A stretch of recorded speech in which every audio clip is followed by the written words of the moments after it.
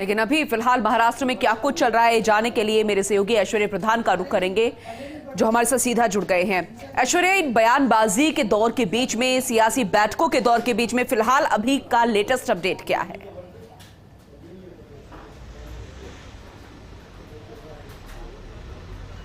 देखिए, latest update जो है, हम इस वक्त वर्षा बंगलो जो है, मुख्यमंत्री का बंगलो जो है उद्धव ठाकरे का, उसके ठीक पास में सह्याद्री अतिथि गृह है। अतिथि गृह में कांग्रेस के विधायकों की बैठक थी। कांग्रेस के प्रमुख नेताओं ने दो टूक बात कही है, बेहद महत्वपूर्ण बात है। उन्होंने कहा है कि उनका समर्थन जो है वो एमवीए के साथ है, वो उद्धव ठाकरे के साथ है। तमाम तरीके की जो बातें हो रही है या कोई कुछ भी कहे वो गलत है। और उन्होंने संजय राउत के बयान को लेकर कहा कि संजय राउत ने शिवसेना को लेकर बयान दिया है, लेकिन अगर सरकार की और गठबंधन की बात करें तो गठबंधन जो है वो साथ में है। गठबंधन की साथ की बात कही है, गठबंधन पूरा साथ में है, ये उन्होंने दो टूक बात कह दी है। उसके अलावा जो बैठक है वो करीब 1.5 से 2 घंटे बैठक चली। उसके बाद एक एक करके तमाम जो प्रमुख नेता हैं वो यहाँ से रवाना हो गए। हालांकि कांग्रेस के नेताओं का ये कहना था कि इस बैठक में उनकी पार्टी की अंदरूनी बैठक थी, लेकिन हम कोशिश करेंगे कुछ कांग्रेस के नेताओं से बातचीत करने की इस वक्त। लेकिन सबसे बड़ी बात यह है कि दिन भर के घटनाक्रम पर अगर गौर फरमाएं तो मातोश्री में कुछ नेता गए थे उद्धव ठाकरे से मिलने के लिए। फिर उद्धव ठाकरे ने उनसे कहा कि आप वर्षा चलिए। वर्षा में सभी नेता पहुंचे और जो विधायक थे वो वहाँ पर पहुंचे और उद्धव ठाकरे ने उनसे वीडियो कॉन्फ्रेंसिंग के साथ बातचीत की। वीडियो कॉन्फ्रेंसिंग से जब बातचीत पूरी हुई तो उसके बाद कॉन्फिडेंस के साथ बाहर तमाम नेता निकले और संजय राउत ने एक बड़ा बयान दिया। संजय राउत बोले कि ये जो कोशिश हो रही है, लेकिन इन सब के बीच में एक बड़ी बात मैं एक और बोलूँगा। कांग्रेस ने जो कहा है, कांग्रेस का कहना है कि बीजेपी को नो कॉन्फिडेंस मोशन लेकर आना चाहिए। नो कॉन्फिडेंस मोशन बीजेपी लेकर आए तो कांग्रेस ने जो नो कॉन्फिडेंस मोशन की बात कही है वो भी एक सियासी दाव माना जा सकता है। लेकिन यहाँ पर अभी सुई जो है वो 4 धुरी पर है। भारतीय जनता पार्टी जो फिलहाल खामोश है, लेकिन खलबली जो मची हुई है शिवसेना के दोनों कैंपों में मची हुई है, शिंदे कैंप और सेना कैंप। नितिन राउत साहब हमारे साथ मौजूद है। नितिन जी, क्या रहा आज की बैठक में? नहीं, आज की बैठक में जो चर्चा हुई उसके बारे में हमारे प्रदेशाध्यक्ष नाना पटोले जी ने आपको बताया है। उसके अलावा कोई दूसरी चर्चा हुई नहीं है। हम आज भी महाविकास आघाड़ी की सरकार करके उद्धव जी बाला साहब ठाकरे जी के साथ खड़े हैं और आगे भी खड़े रहेंगे। जो भी निर्णय आगे होगा उस निर्णय के साथ हम रहेंगे। आपके सरकार के कुछ साथी रूठ कर गए हैं, उन्हें कुछ मैसेज देना चाहेंगे आप? क्योंकि साथी तो आपके ही रहे हैं सरकार में। पिछले 2.5 साल तक के हमने साथ में बैठकर काम किया है और ऐसे वक्त उनका रूठ जाना जब होता है तो एक माँ से जब बच्चा रूठ जाता है, एक बाप से जब बच्चा रूठ जाता है तो उसको खुला नहीं छोड़ा जाता, उसको बुलाया जाता है और समझ लेना पड़ता है। मैं समझता हूँ कि उद्धव जी बाला साहब ठाकरे इस पर काम कर रहे हैं और उन्होंने उनको आह्वान किया है कि आइए, बैठिए, चर्चा कीजिए मेरे साथ। मैं आपका एक लोकशाही तंत्र होता है जिसे फुले शाह अम्बेडकर जी ने माना, जो भारतीय लोकशाही को मानता है, भारतीय राज्य घटना को मानता है, छत्रपति शिवाजी महाराज जी के विचारों को मानता है, वो तंत्र को उन्होंने अपनाया है। मुझे लगता है कि रास्ता निकलेगा। अशोक गहलोत साहब को भी आपने करीब से देखा है, राजस्थान में जो कुछ हुआ था, तो आपको लगता है कि उद्धव ठाकरे हैं वो अशोक गहलोत साहब से सीख ले पाएंगे और बचा पाएंगे सरकार? देखिए, उद्धव जी बाला साहब ठाकरे जी ने जब पहली बार शपथ ग्रहण की थी, लोगों को लगता था कि ये क्या सरकार चलाएंगे, लेकिन उन्होंने 2.5 साल तक के जिस प्रकार से सरकार चलाई है और इस प्रदेश के लोगों ने उनको सम्मान भी दिया, उनका टीआरपी भी बढ़ा हुआ है। उस पर से तो आप समझ ही सकते हो कि निश्चित रूप से वे सर्वगुण संपन्न है और इसमें से रास्ता निकलेगा। उनमें से कुछ संपर्क में है क्या जो अभी गुवाहाटी गए हुए हैं आप लोगों? नहीं, हमारा प्रश्न नहीं उठता, वो अंतर्गत मामला है शिवसेना और शिंदे सेना का। वे अंतर्गत मामले के बीच में हम गिरना नहीं चाहते हैं। वे एक परिवार है, शिवसेना, वो परिवार के प्रमुख उनको निमंत्रित कर रहे हैं और वे उनसे बात करना चाहते हैं। वो जो बातचीत में हल निकलेगा। महाराष्ट्र के नेताओं पर भी ईडी का प्रेशर है क्या यहाँ?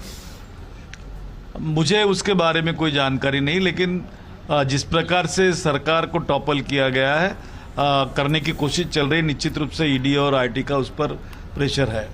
देखिए, ईडी और आईटी का प्रेशर है, ये बात इन्होंने कही है नितिन रावत ने, और उससे पहले नाना पटोले से भी बातचीत की थी, पृथ्वीराज चौहान से भी बातचीत की थी, उन्होंने अपनी बात कही थी। लेकिन यहाँ पर महत्वपूर्ण बात, सबसे ज्यादा महत्वपूर्ण बात यह है कि इन्होंने अपनी पार्टी का मैटर की बात की है, इन्होंने शिवसेना को लेकर बात नहीं की है। लेकिन एकनाथ शिंदे को इन्होंने मैसेज दिया है, क्योंकि वो सरकार में सहयोगी रहे हैं। शिवसेना भी एक पूरा गठबंधन था, गठबंधन के तहत शिवसेना भी रही, और ये तमाम जो लोग थे गुवाहाटी जाकर बैठे हैं, तो उन्हें एक सियासी मैसेज जरूर दिया है। लेकिन ये तय मानकर चलिए कि फिलहाल का जो कॉन्फिडेंस है उसे भी आप अच्छे तरीके से रीड कर रहे हैं कि तमाम जो पार्टियां हैं, चाहे एनसीपी की बात करें, शिवसेना की बात करें या फिर कांग्रेस की बात करें, इनका कॉन्फिडेंस भी पूनम आपने अच्छे तरीके से देखा है कि किस तरीके से इनका कॉन्फिडेंस है। लेकिन मातोश्री से आज उद्धव ठाकरे नहीं आए, वर्षा में आने के लिए तैयार है, ये बात संजय राउत ने कही कि वर्षा में आएंगे उद्धव ठाकरे।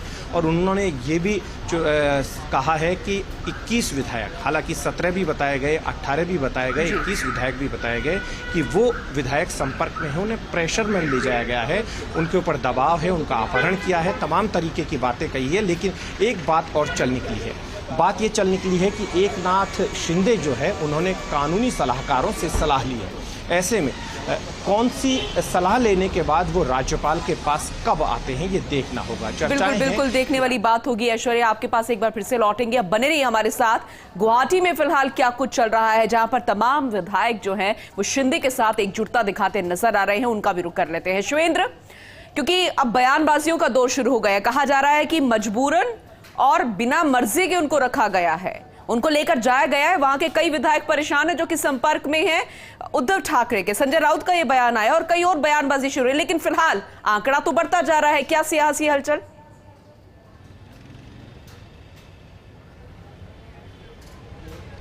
अधिक हलचल है अभी, और हलचल के बीच ही कुछ गाड़ियाँ और निकल रही हैं रेडिसन ब्लू से, और जैसे ही गाड़ियाँ निकलती हैं होटल के अंदर से, मीडिया कर्मियों के जो कैमरे हैं वो टिक जाते हैं गाड़ियों पर कि पता चले कि कोई विधायक अंदर से निकल रहा है कि नहीं। लेकिन ये सामान्य है। पूनम, आपने सवाल किया बयानबाजी को लेकर, तो क्या है कि जब कोई कॉमेडी पिक्चर आती है बॉलीवुड में, तो तमाम कॉमेडी पिक्चरों की स्क्रिप्ट एक जैसी होती है कि कौन से सीन पर किसको हंसना है। तो जब जब सियासी संकट किसी प्रदेश में आया है, चाहे वो मध्य प्रदेश में सियासी संकट आया था, चाहे वो राजस्थान में सियासी संकट आया था, चाहे वो गोवा में सियासी संकट था, या महाराष्ट्र में सियासी संकट है, ये बड़ी फिक्स लाइन है कि जिस पार्टी के या जिस गुट के विधायक जाते हैं वो यही आरोप लगाते हैं कि विधायक दबाव में गए हैं, उनमें से कई विधायक हमारे संपर्क में हैं, वो विधायक लौटना चाहते हैं। लेकिन सच्चाई इससे उलट है, और गुवाहाटी में भी सच्चाई इससे उलट है, क्योंकि जो विधायक एकनाथ शिंदे के साथ आए हैं वो पूरी मजबूती के साथ एकनाथ शिंदे के साथ डटे हुए हैं, और संजय राउत के उन दावों में कोई ज़्यादा दम लगता नहीं कि यहाँ के विधायक उनके संपर्क में होंगे, क्योंकि अगर संपर्क में होते तो पहले मुंबई से सूरत, फिर सूरत से गुवाहाटी, इतनी आसानी से वो सफ़र तय होता नहीं। दूसरा अभी का अपडेट ये है कि जो असम सरकार के सिंचाई मंत्री हैं पीयूष हजारिका, वो इस समय होटल रेडिसन ब्लू के अंदर पहुंचे हैं। अब से थोड़ी देर पहले असम के मुख्यमंत्री हिमंता बिस्वा शर्मा के सबसे करीबी मंत्री माने जाते हैं जो सिंचाई मंत्री हैं, और वो अंदर एकनाथ शिंदे से मुलाकात कर रहे हैं, विधायकों से मुलाकात कर रहे हैं। उनको जिम्मेदारी दी गई है कोऑर्डिनेशन की पूनम के किसी तरह की परेशानी जो विधायक महाराष्ट्र से आए हुए हैं गुवाहाटी में उनको नहीं हो।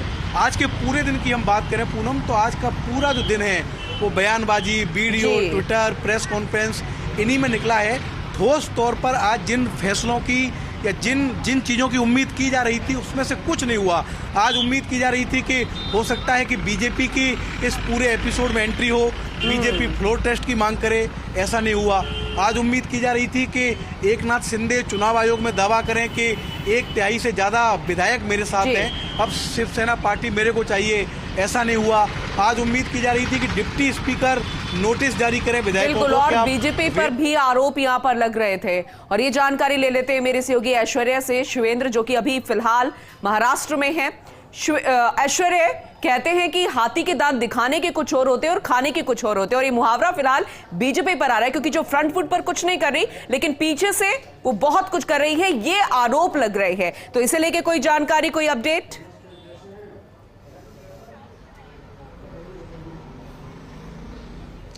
देखिए, भारतीय जनता पार्टी भी खामोश नहीं है। देवेंद्र फडणवीस की एक्टिवनेस जो है वो यहाँ पर सबको पता है, अच्छे तरीके से पता है कि देवेंद्र फडणवीस कितने एक्टिव है और कहाँ कहाँ उनका संपर्क लगातार चल रहा है और किन नेताओं को वो पूरा फीडबैक दे रहे हैं। और एकनाथ शिंदे और उनका यानी कि शिंदे सेना के जो सैनिक हैं, जो गुवाहाटी में डटे हुए हैं और जो नाराज हैं उद्धव ठाकरे से, उनका संवाद किससे है, ये यक्ष प्रश्न भले ही पब्लिक की नज़र में हो या ना हो, लेकिन पब्लिक में चर्चा जरूर बहुत ज़्यादा है कि उनका संवाद किससे है। लेकिन मैं यहाँ पर वापस पूनम उसी बात पर आऊँगा कि शिवसेना को अब यहाँ पर सोचना पड़ेगा, जो गुवाहाटी में गए हैं उन्हें यही सोचना पड़ेगा कि जिस मूल विचारधारा से वो आए थे, उस मूल विचारधारा से जीत कर आए थे, उस मूल विचारधारा के आधार पर अब ज़्यादा अरसा नहीं रह गया है और चुनाव में भी जाना होगा। उससे पहले वो अपने आप को इस लिहाज से तैयार करें कि उसी विचारधारा के आधार पर मैदान में जा सके, क्योंकि यहाँ पर जो विचारधाराएं थी ये बेमेल थी। इन बेमेल विचारधाराओं को मेल कराना बड़ा मुश्किल था। इन तमाम विचारधाराओं को अगर देखें तो एनसीपी है वो अलग है, कांग्रेस अलग है, शिवसेना अलग है और भारतीय जनता पार्टी अलग है। भारतीय जनता पार्टी का जो मॉडल है वो किस तरीके से शिवसेना के नाराज लोग हैं वो उस कैंप में चले जाते हैं, यानी भारतीय जनता पार्टी को एक्सेप्ट करते हैं, या क्या कुछ रह पाता है। लेकिन यहाँ पर उद्धव ठाकरे को अभी भी इंतजार है। इंतजार वो भले ही असलियत जानते हैं कि असलियत क्या है, भविष्य में क्या होना है। उद्धव ठाकरे के साथ कांग्रेस को इंतजार है।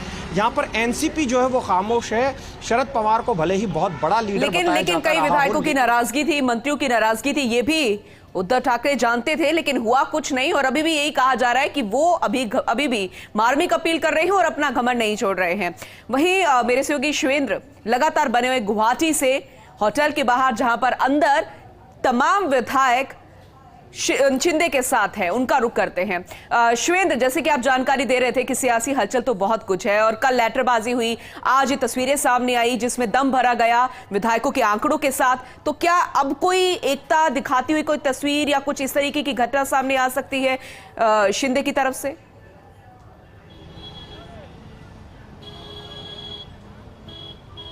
देखिए, अभी तो इंतजार किया जा रहा है। एकनाथ शिंदे क्योंकि मीडिया के सामने आकर तो बातचीत कर नहीं रहे, तो उनका जो ट्विटर अकाउंट है उसी पर सबकी नज़रें टिकी रहती हैं कि अब वो क्या ट्वीट करेंगे, क्या चिट्ठी करेंगे।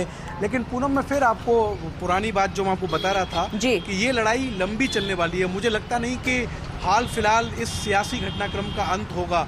ये जो सियासी घटनाक्रम महाराष्ट्र में है ये बहुत लंबा चलेगा, क्योंकि अभी तक इस पूरे सियासी घटनाक्रम में जो कुछ हो रहा है वो सिर्फ मीडिया के माध्यम से हो रहा है। कभी किसी ने कोई बाइट दे दी, उसका जवाब आ गया, इधर से कोई ट्वीट हो गया, उधर से जवाब आ गया। अभी तक धरातल पर यानी कि हाउस में, राजभवन में, उस लेवल पर किसी तरह की कार्रवाई किसी भी गुट ने या किसी भी पार्टी ने नहीं की है। जहाँ तक भारतीय जनता पार्टी की बात है पूनम, तो ये समझना होगा कि भारतीय जनता पार्टी और उद्धव ठाकरे की जो लड़ाई है वो बहुत बड़ी है। अगर मैं ये कहूँ कि उद्धव ठाकरे इस समय राजनीतिक तौर पर भारतीय जनता पार्टी के लिए सबसे बड़े दुश्मन है, तो इसमें कुछ गलत नहीं है, क्योंकि भारतीय जनता पार्टी वो पार्टी जो इस समय एक छत्र राज कर रही है देश में, उस पार्टी को 2019 में जिस तरीके से ठेंगा दिखाया उद्धव ठाकरे ने, उनके साथ मिलकर चुनाव लड़ा, नरेंद्र मोदी के पोस्टर लगाए गए जो शिवसेना के उम्मीदवार थे उनकी कॉन्स्टिट्यूंसी में, और जब बीजेपी और शिवसेना को बहुमत मिला और बहुमत भी बम्पर बहुमत मिला, उसके बाद जिस तरीके से उद्धव ठाकरे ने और सियासी घटनाक्रम जिस तरीके से बदल गया था वो भी देखने लायक था। लेकिन अब भी सियासी घटनाक्रम जिस तरीके से पल पल बदलता जा रहा है, हर किसी की नजर इसी पर है। आपसे आगे भी अपडेट लेते रहेंगे। शिवेंद्र, बहुत बहुत शुक्रिया तमाम जानकारी देने के लिए। ऐश्वर्या, आपका भी बहुत बहुत शुक्रिया तमाम जानकारी देने के लिए।